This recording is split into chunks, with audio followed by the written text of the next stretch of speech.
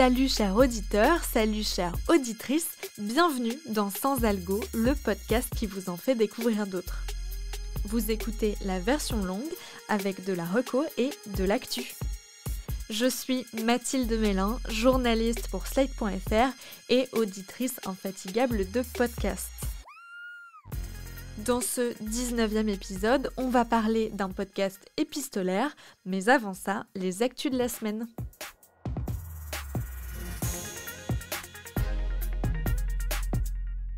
Si j'avais dû parier un truc pour 2022, c'est que les candidats et candidates à la présidentielle allaient lancer leurs podcasts respectifs pour faire campagne.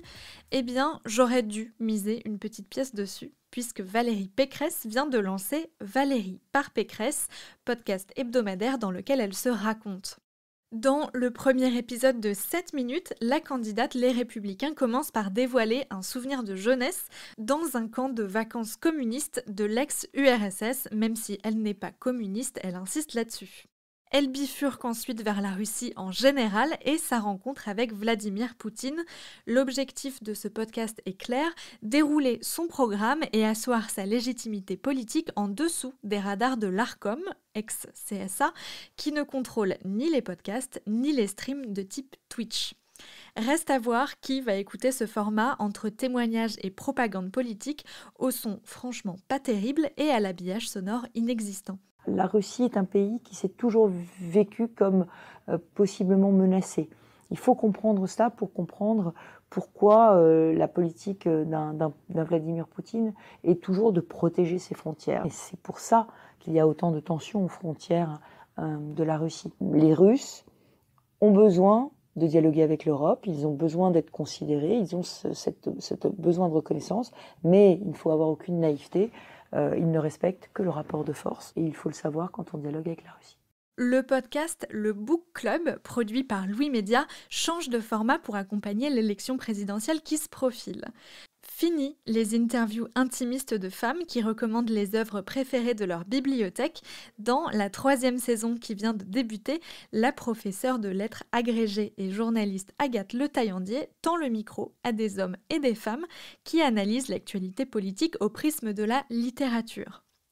L'historien spécialiste d'histoire politique Jean Garrigue est le premier invité de la saison 3 dans un excellent épisode dédié à la figure de l'homme providentiel dans la politique française. Je vous le conseille. La littérature reste au cœur des épisodes, mais elle sera là pour éclairer notre actualité, nos grands enjeux de société et la campagne électorale en cours. Avec mes invités, partout en France, nous allons questionner le monde qui nous entoure et son actualité. La justice, la santé, le politique, l'école, la culture seront au cœur de nos échanges. Par exemple, avec l'historien Jean Garrigue, on se demande ce qu'est un homme providentiel. Pourquoi à chaque élection, les candidats et candidates jouent sur ce fantasme et comment cette figure traverse de grands romans. Avec la militante Fatima Wassak, on s'est interrogé sur la notion d'identité nationale et si elle existe vraiment. Alors rendez-vous le 25 janvier pour retrouver le Book Club sur toutes vos applications de podcast préférées. À très bientôt. Si vous aimez les podcasts qui parlent de famille et d'histoire avec un grand H, le podcast de la Gaieté Lyrique Il était des voix organise un enregistrement en public d'un épisode intitulé Portrait de famille. Au micro de Camille Diao, vous retrouverez les journalistes Zazie Tavissian et Nina Pareja, ainsi que le psychanalyste, écrivain et auteur Philippe Grimbert. Ensemble, ils évoqueront la recherche de leur propre identité à travers leur histoire familiale, notamment grâce aux médias podcast, puisque Zazie Tavissian a enquêté sur une aïeule morte en déportation dans À la recherche de Jeanne pour Binge Audio, et que Nina Pareja a interrogé son propre père sur ses souvenirs d'enfance en tant que pied noir en Algérie dans 52-62 Mon enfance en Algérie pour Slate Podcast. Si, comme moi, vous avez aimé ces podcasts et que vous voulez en savoir plus sur leur fabrication, rendez-vous le mercredi 9 février à 19h à la Gaieté Lyrique à Paris. L'entrée est gratuite, mais il faut réserver.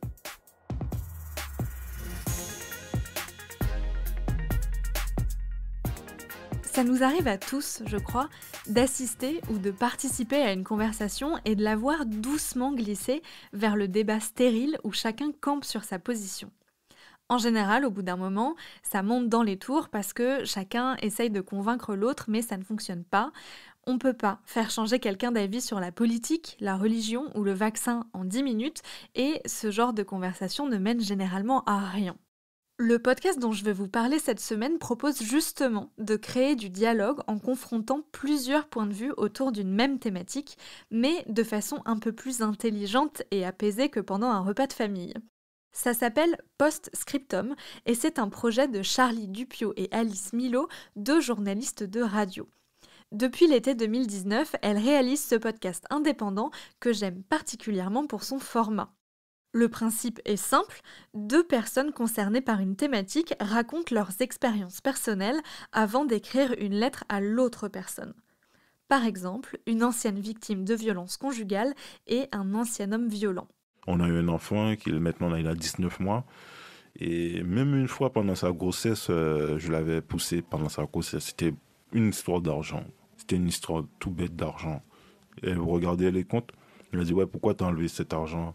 On a un enfant, il faut qu'on achète des trucs pour l'enfant. Je dis, oui, je sais. Et ce jour-là, je l'avais poussé contre le mur. Elle était enceinte de 4-5 mois. On aurait pu perdre notre enfant. Voilà, donc des histoires comme ça. Et puis, il y a une fois, je suis revenue par arrogance. J'ai pensé pouvoir récupérer toutes les vidéos, toutes les preuves compromettantes qu'il y avait sur moi pour pouvoir m'effacer de ces ordinateurs. Mais à chaque fois qu'on revient, on tombe plus bas, en fait. On pense qu'il ne peut pas nous faire plus mal que la fois précédente, mais à chaque fois, on tombe plus bas. Et quand je dis on tombe plus bas, c'est que plus ça va, plus l'estime de soi tombe. On en a de moins en moins. Jusqu'au jour où je suis assise à sa table et cet entretien va durer, parce que des entretiens avec lui, il y en a eu pas mal. Et cet entretien-là où il me garde assis à sa table du salon pendant des heures et des heures à parler. Je n'ai le droit de répondre que lorsqu'il m'autorise à parler. Je ne peux aller aux toilettes que lorsqu'il m'autorise à aller aux toilettes. Je ne peux faire les choses que lorsqu'il m'autorise à faire les choses. Donc ça dure entre 4 et 5 heures. Et à la fin de cet entretien, il me dit, en gros, si j'avais un minimum de réflexion et si je pensais un petit peu à qui je suis et à mon utilité dans la vie, eh bien, je sortirais d'ici et je mettrais fin à mes jours. On peut le deviner rien qu'au nom, Post-Scriptum est un podcast épistolaire, mais pas que. On n'est pas en mode liaison dangereuse où 2 personnes s'échangent des courriers et où on les lit les uns après les autres. Pas du tout. Ce podcast, c'est plutôt 2 points de vue, 2 histoires qui se dévoilent en alternance avant que les 2 personnes ne s'adressent l'une à l'autre en lisant des lettres qu'elles se sont écrites. Ah oui, je vous ai pas dit. La plupart du temps, les personnes ne se connaissent pas, donc il y a peu de risque de règlement de compte. Elles se parlent plutôt à cœur ouvert et nous, on écoute ça un peu comme des petites souris. Toutes les 2 semaines à peu près, un nouvel épisode arrive dans mon appli et je sais que je vais être surprise par le thème ou par les histoires qui y sont racontées. Les thématiques sont assez variées, ça va de la découverte de la sexualité à la fermeture d'une maternité, en passant par le décrochage scolaire, le retour des loups en France ou le fait d'être un jeune ou un flic dans une banlieue difficile. Même quand on croit tout connaître d'un sujet parce qu'on en a fait l'expérience, ce podcast parvient à déjouer nos préjugés en éclairant des choses parfois familières sous un jour nouveau. L'épisode « Cher cours de récréation » par exemple, m'a complètement bouleversée. D'un côté, je m'identifiais à ce que racontent ces élèves de CM2 de leur expérience de la cour de récré, et d'un autre côté, l'adulte en moi était stupéfaite d'entendre que c'était toujours aussi sexiste. Cher cours de récréation. Chez toi, moi et mes amis parlons de tout. De Fortnite, de foot, d'autres jeux vidéo et nous parlons de filles. Nous jouons au foot, au ping-pong et à l'épervier. Des fois, nous, les garçons, jouons avec les filles, mais c'est très rare. Des fois, il y a des embrouilles. C'est trop marrant. Donc la cour de récré, en fait, elle est en forme de T. Et en fait, il y a le terrain qui est dans la longueur. Et puis après, il y a un petit espace pour les filles. Et donc là, les filles, elles peuvent lire, elles peuvent jouer entre elles. Du coup, les garçons, ils ont le terrain, ils peuvent s'amuser. Nous, en fait, on n'interdit pas aux filles de passer sur le terrain. Hein. Elles peuvent très bien passer sur le terrain. Ça nous gêne, mais... Donc on joue à chat aussi, on a le droit de courir, nous aussi. Parce que vous avez le terrain qu'on a le droit de courir quand même. Ça, c'est un excellent exemple de ce qu'est ce podcast, un espace où chacun peut prendre la parole et est pris au sérieux, qu'il soit enfant, adulte, âgé, valide, handicapé, d'un milieu privilégié ou non. Ça fait du bien d'entendre d'autres voix et d'autres discours, je trouve, surtout sur la longueur, puisque les épisodes font entre 20 et 55 minutes. Ça nous laisse vraiment le temps de nous plonger dans l'histoire et de développer de l'empathie pour les personnages. Tout à l'heure, je vous disais que c'était des échanges entre deux points de vue, mais c'est pas toujours vrai. Parfois, c'est une seule personne qui raconte son histoire, mais on peut aussi entendre 3, 4 ou 5 témoignages. Charlie Dupio et Alice Milo arrivent à faire en sorte qu'on ne sente pas trop de quel côté elles penchent parce qu'à chaque fois, tous les points de vue ont autant de place dans le podcast. C'est le cas par exemple de cet épisode où deux mères assez bourgeoises et qui vivent en proche banlieue parisienne parlent de leur choix de scolariser leurs enfants dans des écoles publiques ou privées. Donc par ailleurs, tous les gens qui ont fait le choix du public autour de nous à Saint-Ouen, tout le monde se fait domicilier chez des copains pour pouvoir rester dans l'école primaire qui suit l'école maternelle qui est très bien. Alors moi, les gens à Saint-Ouen qui contournent la carte scolaire en se faisant domicilier pour être dans la bonne école primaire puis dans le bon collège à Saint-Ouen, non, je ne parle pas d'hypocrisie. Parce que le fameux principe du « avant j'avais des principes, maintenant j'ai des enfants », c'est une réalité, il faut se le dire. Et non, je ne suis pas du tout dans le jugement, je comprends complètement. Moi, je pousse le phénomène à son paroxysme puisque carrément, je vais dans le privé à Paris. Là où j'ai toujours eu du mal, encore une fois, c'est quand le parent n'essaye pas de mettre son enfant dans le public. C'est important de défendre l'école publique parce que s'il n'y a plus d'école publique, c'est trop injuste. Enfin, on ne peut pas avoir des écoles payantes uniquement, c'est pas possible. Si ça reste un choix, tant mieux. La phrase « j'ai des principes et maintenant j'ai des enfants », si elle veut dire que j'avais des principes et j'ai même pas essayé de les coller à mes enfants, c'est dommage. Alors qui dit que c'est super l'école publique. Mais le parent qui dit l'école publique c'est super et tout ça, mais bon, moi, vu mon enfant, je vais plutôt le mettre ailleurs, je comprends pas. Ce que racontent les épisodes de Postscriptum est toujours à mi-chemin entre une histoire intime et notre histoire collective.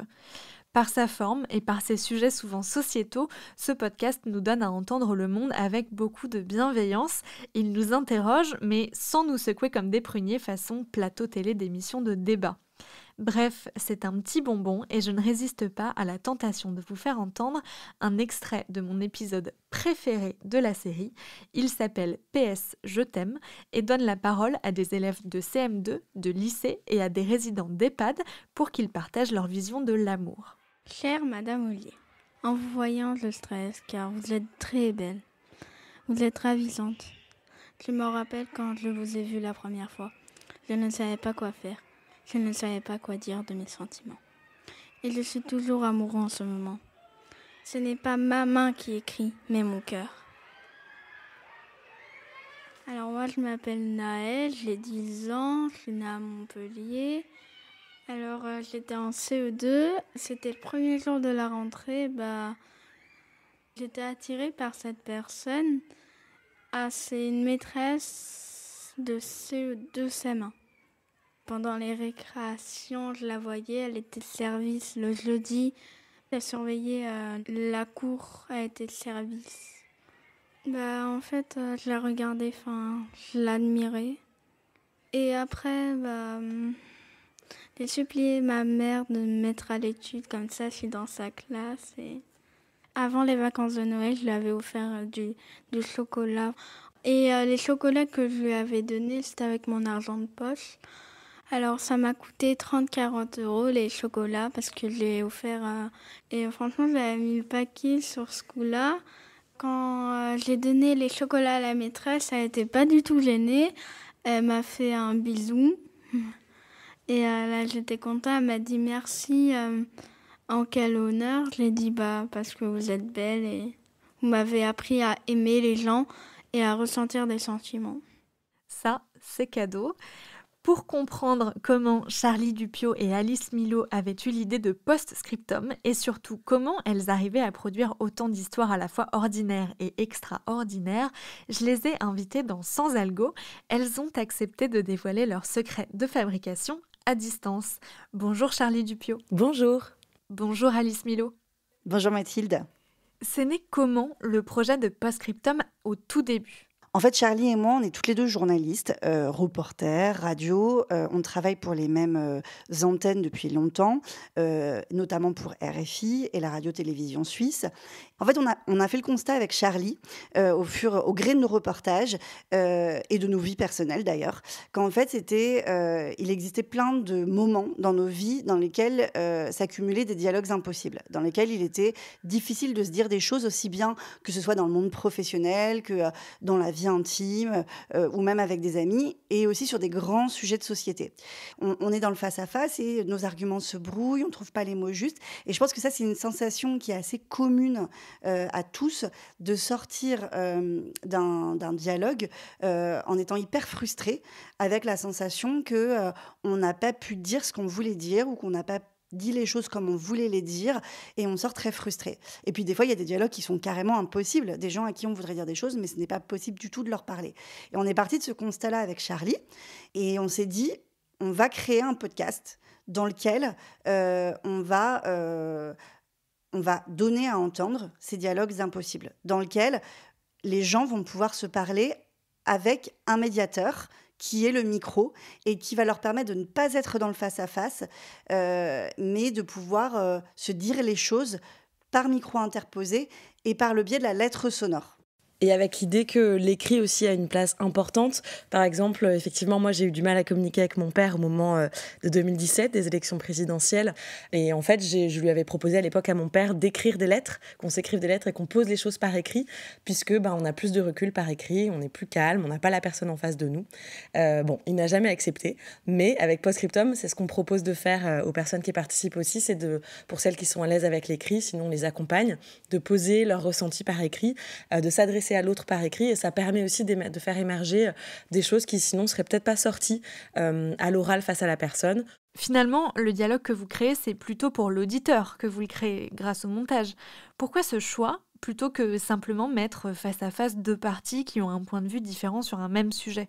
Quand c'est possible, on essaye de le faire. Par exemple, une de nos premières lettres sonores, c'était « Chers camarades de classe ». Et là, c'était vraiment deux camarades de classe qui étaient en CAP dans un lycée professionnel à Auxerre. Toutes les deux avaient 18 ans à l'époque. Et elles s'étaient violemment bagarrées pendant un examen. Et avec Alice, on a fait ce qu'on aime beaucoup faire quand c'est possible, c'est d'interviewer ces deux jeunes femmes séparément, au même moment, dans deux pièces différentes. Alors certes, on ne les confronte pas l'une en face de l'autre, mais ça, c'est vraiment notre concept, c'est d'essayer de se dire, si vous n'êtes pas en face de la personne, vous allez plus pouvoir vous exprimer et l'autre va plus pouvoir vous écouter. Et du coup, chacune, Alice avec l'une et moi avec l'autre, on a vraiment passé un long temps d'écriture de lettres et d'enregistrement d'entretien, où chacune avait sa version des faits. Et ensuite, on a fait le montage et c'est là qu'on confronte les deux points de vue, avec l'idée que on crée le dialogue aussi comme ça, puisqu'il n'aurait pas eu lieu dans la vraie vie. Et effectivement, c'est vrai qu'on a aussi envie que pour les auditeurs, même quand les deux personnes ne se connaissent pas, parce que c'est vrai que sur certains sujets de société, par exemple, sur la question d'inscrire ses enfants à l'école privée ou à l'école publique en banlieue parisienne, ce ne sont pas des mamans qui se connaissent, qu'on a interviewées, mais en fait, on a envie de se dire que pour l'auditeur, il y aura un dialogue à la clé, parce qu'on est persuadé qu'il faut qu'on entende un petit peu la complexité, qu'on essaye de sortir du seul témoignage, mais qu'il y ait plusieurs témoignages et plusieurs opinions. Et donc, effectivement, c'est aussi très important pour nous de faire entendre ça aux auditeurs. Pourquoi vous avez choisi le format de lettres sonores ? Je pense que le concept, il est né assez vite quand même.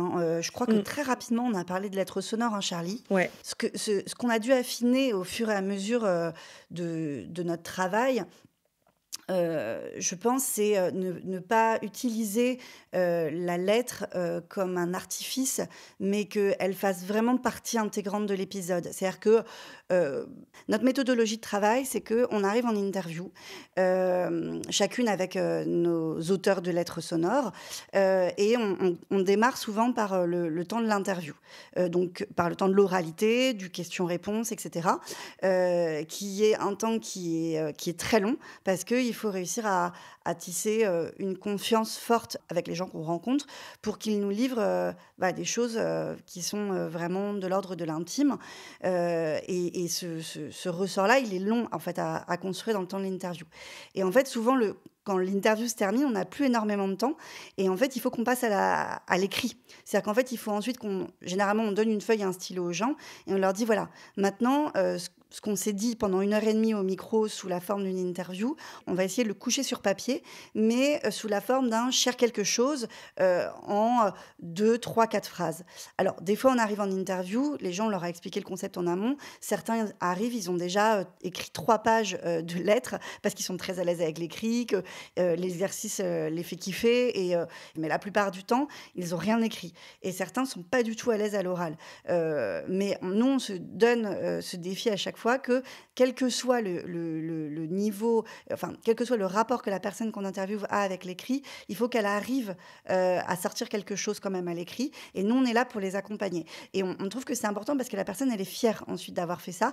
Et que pour l'auditeur, l'émotion, elle n'est pas la même. C'est-à-dire qu'en fait, on ne convoque pas la même émotion quand les personnes se racontent de manière spontanée à l'oral et de manière beaucoup plus solennelle à l'écrit, où d'un coup, le ton de la lecture est différent, les mots qui sont choisis sont différents, etc. Et aussi pour la personne qui participe à l'émission, en fait, elle va aussi elle-même en fait faire sortir quelque chose de différent, parce que d'un coup, il va falloir qu'elle résume en quelques phrases une pensée qu'elle a mis 1h30 à formuler.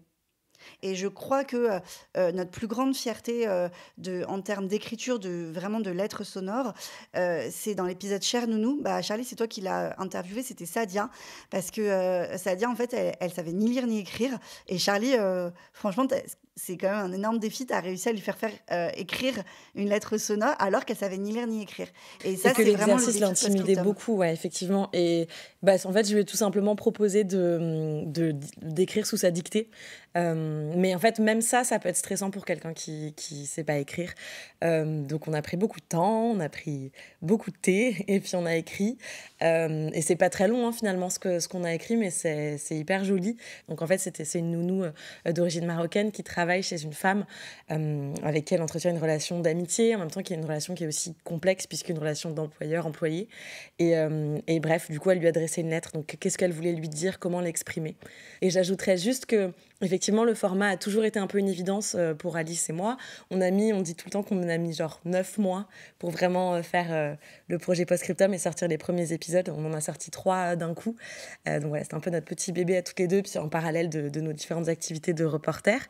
Et en fait, ce qui a été, je pense, le plus compliqué et qui est toujours un petit peu la question, c'est comment, même si aujourd'hui on y arrive beaucoup mieux, mais comment on mélange les voix de manière à ce qu'elles se répondent, de manière à ce que ça soit fluide et en même temps qu'on n'influence pas la vie de l'auditeur plus pour quelqu'un ou pour quelqu'un d'autre. Et concrètement, ça s'est posé, par exemple, quand on a fait Cher ex-violent sur la question des violences faites aux femmes, avec 2 voix différentes, celle d'une femme victime de violence et celle d'un homme qui avait été auteur de violences conjugales, qui était aujourd'hui condamné pour ça, et qui réfléchissait là-dessus et s'excusait, qui était quand même dans une démarche de repentance par rapport à ça. Sinon, évidemment, on n'aurait pas accepté de le rencontrer. Mais l'idée, c'est comment on met ces 2 paroles sur le même plan, comment on fait. Est-ce que ça peut se faire comme ça ? Et nous, on a pris le parti de se dire, oui, il faut qu'on entende aussi cette voix des auteurs de violences. Et on n'a pas envie d'entendre que lui, on a aussi envie d'entendre ce que ça fait, ce que ça peut faire à une femme. Alors bien sûr, là aussi, on n'est pas dans un dialogue entre un vrai ancien couple, hein, c'est 2 personnes complètement différentes qui ne se connaissaient pas, mais quand même la question se pose toujours, est-ce qu'on peut mettre ces 2 personnes sur le même plan ? Et on essaye de se poser ces questions-là avec Alice et je trouve ça assez riche, nos échanges là-dessus, en amont, pendant, parce qu'une fois qu'on a pris la décision, comment on fait pour que les récits se répondent sans donner la priorité à l'un ou à l'autre. Voilà, ça c'est des questions qu'on se pose tout le temps. Comment ça se passe au casting ? Est-ce que vous partez de personnes et vous décidez du thème, ou c'est l'inverse ? Vous avez un thème en tête et vous cherchez des personnes pour vous en parler ? En fait, là, on a fait presque une 50aine de lettres sonores et ça dépend à chaque fois énormément. Pour ce qui est des débats de société, souvent, en fait, on va chercher les gens. C'est-à-dire qu'on se dit « Ah, on a envie de parler de tel débat de société. » Par exemple, on a parlé de la question de l'interdiction, de la potentielle interdiction aux mamans voilées d'accompagner les sorties scolaires. Donc, on s'est dit on a envie d'entendre 2 mamans sur ce sujet-là.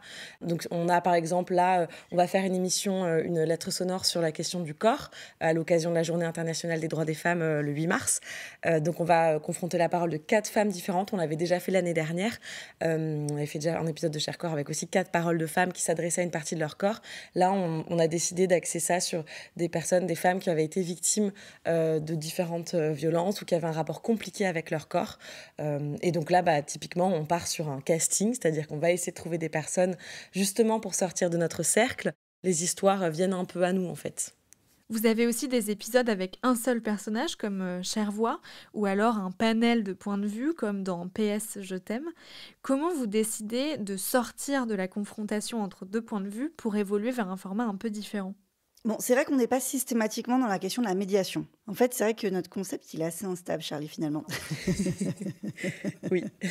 Non, mais c'est vrai que parfois...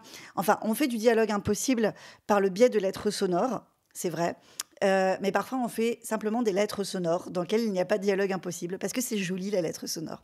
Alors, pour reprendre ton exemple de Chère Voix, pour moi, on est dans un dialogue impossible avec cet épisode-là. Parce que le dialogue impossible, il est entre la voix aiguë et la voix grave de François. Donc, je rappelle que cet épisode, c'est l'histoire de François, qui a 44 ans, qui est architecte à Nantes, et qui, toute sa vie, a parlé avec une voix très aiguë et qui, passé 44 ans, a décidé d'aller voir un phoniatre qui lui a expliqué qu'en fait, il faisait ce qu'on appelle une mue faussée et qu'en fait, c'était un problème, un blocage psychologique et qu'il pouvait, en quelques séances chez l'orthophoniste, retrouver une voix de coffre normale. Ce qu'il a fait et en l'espace de 6 mois, François a trouvé sa voix. Voilà, donc nous, on l'a suivi dans cette transformation-là. Et pour nous, on est dans un dialogue impossible parce que à ce moment-là de sa vie, François était vraiment dans la difficulté de faire dialoguer ces 2 voix, en fait. C'est-à-dire que, en fait, quand on l'a interviewé, François, il était en train de se transformer, de transformer sa voix, mais il n'était pas sûr qu'à l'issue de ce travail, il garderait sa voix grave. Pour l'exemple de PS Je t'aime, c'est vrai que là, on n'est pas dans un dialogue impossible. On pourrait très bien réunir dans une même pièce des résidents d'un EHPAD avec des élèves de CM2 et des collégiens et les faire parler d'amour. Il n'y a rien d'impossible là-dedans. Mais en fait, là, on est vraiment plus sur le concept de la lettre sonore, en fait, et de donner à entendre des voix, des histoires et des expériences différentes sur un même thème. Et en fait, c'est joli. C'est joli, c'est agréable à entendre, ça fait réfléchir, ça émeut. Et peut-être que là, on est moins dans du pur dialogue intellectuel, mais en fait, nous, on est là aussi pour créer des émotions. En fait, moi, c'est ce que j'aime aussi en tant qu'auditeur, c'est être ému. Et nous, on a plaisir à générer aussi des émotions. Est-ce qu'il y a des sujets vers lesquels vous ne voulez pas aller, soit par rapport à vos convictions personnelles, soit par rapport aussi à votre devoir de réserve de journaliste ? Je pense que oui, même si on ne se le formule pas avec Alice, on n'a pas une liste. Non. Ah ouais, c'est marrant. Moi, je pense que... c'est marrant, on n'est pas d'accord. Moi, j'ai l'impression qu'il y a des sujets sur... En fait, avec Alice, on décide aussi de traiter des sujets dont on a envie de traiter sur le moment. Et du coup, de fait, ça enlève certains sujets. Par exemple, typiquement les antivax, c'est évident qu'il y aurait une aide sonore à faire. C'est sûr, on a vraiment un gros problème de dialogue. Je pense que plein de gens ont des histoires à raconter par rapport à Noël, par rapport à ça dans leur famille. Mais je pense qu'on n'avait pas trop envie de revenir sur ce sujet parce qu'on en entend déjà tellement parler que nous-mêmes, on n'avait pas envie, en tout cas, je parle pour moi peut-être, mais que j'avais pas envie de m'ennuyer à faire ce sujet-là, même si c'est sûr qu'on aurait obtenu des choses intéressantes. Mais je pense que dans le climat ambiant, c'est un peu compliqué de... Voilà, on n'a pas forcément envie de parler du Covid chaque matin. Et puis, il y a d'autres sujets où, en tout cas, moi, je ne me sentirais pas forcément à l'aise d'aller. C'est vrai que... Mais ça ne veut pas dire qu'on n'a pas envie d'aller récolter la parole de personnes avec qui on n'est pas d'accord sur certains sujets. Ça, c'est sûr que non, mais c'est juste que moi, à titre personnel, il y a des sujets où peut-être je n'ai pas forcément envie d'aller... Postscriptum, c'est un travail indépendant que vous faites à côté de vos boulots respectifs. Quelle place ça prend dans vos vies et est-ce que c'est un travail entièrement bénévole ? Ça fait 2 ans et demi que Postscriptum existe et on a enfin un petit peu d'argent sur notre compte bancaire. Donc franchement, c'est une belle victoire. Je n'étais pas sûre qu'un jour on y arriverait. Cet argent-là, en fait, il nous permet enfin de payer tous les mois les 3 réalisateurs avec lesquels on travaille. On a la chance de bosser avec 3 réalisateurs qui sont des professionnels de la radio et qui donc, du coup, ont un salaire et qui ont accepté de bosser pour nous depuis 2 ans et demi sans être payés systématiquement. Parce qu'ils adhéraient aussi au projet, par amitié pour nous, par amour pour le projet. On a une illustratrice aussi, Charlotte Deligneris, qui est formidable, qui fait, ça compte énormément pour nous les illustrations qu'elle fait. Et ça, c'est pareil, on va pouvoir la payer tous les mois. Mais non, on n'a pas de salaire. Ça fait 2 ans et demi qu'avec Charlie, on ne se verse pas de salaire avec Postscriptum parce que jusqu'à maintenant, on n'a pas eu les moyens de le faire. On ne désespère pas d'y arriver un jour, mais ça va être long. Notre modèle aujourd'hui, c'est principalement de miser sur du brand, donc de fabriquer à côté des podcasts à vocation commerciale pour des institutions ou des entreprises privées. On postule aussi beaucoup à des bourses et à des appels à projets, notamment d'instituts publics comme des mairies ou des départements ou des fondations qui nous permettent aussi voilà, on gagne des appels à projets, ça nous permet de gagner des sommes assez conséquentes pour lesquelles on fait des projets, mais ça ramène de l'argent aussi à l'association, parce qu'on est une association, on a un statut associatif. Et du coup, ça nous oblige chacune à avoir des activités professionnelles à côté. Alors, Charlie, elle a eu la chance jusqu'à maintenant de pouvoir rester reporter pigiste pour les antennes pour lesquelles elle travaillait. Voilà. Moi, j'ai fait le choix d'arrêter parce que c'est énormément de temps pour pas beaucoup d'argent gagné quand on est pigiste, en fait. Et donc, du coup, j'ai fait le choix de vendre mon âme au diable et d'aller travailler pour des agences de communication. Donc, je fais du podcast commercial pour des agences de communication. Voilà. C'est un choix que j'assume et que je regrette pas parce que j'ai fait 15 ans de pige, 15 ans de reportage génial à l'international sur des sujets magnifiques, etc. Et qu'aujourd'hui, mon kiff, c'est de faire ce podcast avec toi, Charlie. Et en fait, pour que ce soit possible, il fallait trouver une autre manière de fonctionner dans le porte-monnaie, quoi. Donc, voilà. Mais il n'y a pas de frustration parce que franchement, Postscriptum, ça nous remplit humainement et intellectuellement et éditorialement à 2000%. Donc, ça vaut le coup, à côté, de pouvoir faire quelque chose qui est moins noble. Et l'avantage qu'on a aussi par rapport à cette question du temps et de l'organisation, c'est qu'on est 2. Donc on peut aussi se reposer sur l'autre quand nous, on n'est pas disponible. Et aussi, je pense que le fait d'être 2, ça nous donne de la motivation, de l'envie d'avancer dès qu'on a une petite période de doute, parce que c'est vrai que ça fait quand même plus de 2 ans et qu'on n'a pas non plus peut-être les revenus qu'on imaginait avec Postscriptum. C'est pas grave, en fait, on essaye de se dire pourquoi on le fait et qu'on le fait aussi parce qu'on a envie de bosser à 2 avec cette personne-là, moi en l'occurrence avec Alice. Et du coup, c'est ça qui est chouette d'être 2, quoi. Ça nous donne la force et ça nous donne de la souplesse dans nos petits agendas un peu serrés. Si des auditeurs ou auditrices de Postscriptum nous écoutent et qui veulent vous soutenir financièrement, comment peuvent-ils faire ? Moi, je suis assez mal à l'aise avec l'idée que ce soit les gens qui payent pour nous, en fait. J'aime bien l'idée qu'on se débrouille nous-mêmes avec l'argent et qu'on fait ces cadeaux, quoi. Genre, prenez les épisodes, ces cadeaux. Enfin, j'aime bien cette idée, quoi. Mais peut-être qu'il faudrait réfléchir, effectivement, maintenant qu'on commence un petit peu plus à... Non, à être connu, c'est vraiment trop fort comme mot. À sortir du bois. On est dans l'action, tu vois. Ouais, je sais pas. Moi, je suis assez mal à l'aise avec l'idée d'avoir des mécènes, à moins qu'on ait des gens qui soient vraiment multimilliardaires, qui nous écoutent et qui savent pas quoi faire de leur argent et qui veulent investir dans un projet. Oui, avec plaisir, quoi. Mais je sais pas. Mais je pense que pour nous soutenir, par contre, ce que vous pouvez faire, c'est mettre des petites étoiles sur votre appli de podcast ou alors... Parlez-nous. Et parlez-nous, voilà. Parlez-nous sur les réseaux sociaux, parlez-nous partout. C'est vraiment le bouche à oreille qui, jusque-là, nous a fait connaître. Nous, on veut vraiment que Postscriptum soit écouté. On passe beaucoup de temps sur chaque épisode. Et je pense que notre première motivation, avant l'argent, ce qui est peut-être un peu bête, c'est d'être écouté et que ça résonne chez les gens. J'espère que ça vous a donné envie de découvrir Postscriptum de Charlie Dupieux et Alice Milot. Il est disponible sur toutes les plateformes, dont Slate Audio, la plateforme de recommandation de podcasts de slate.fr.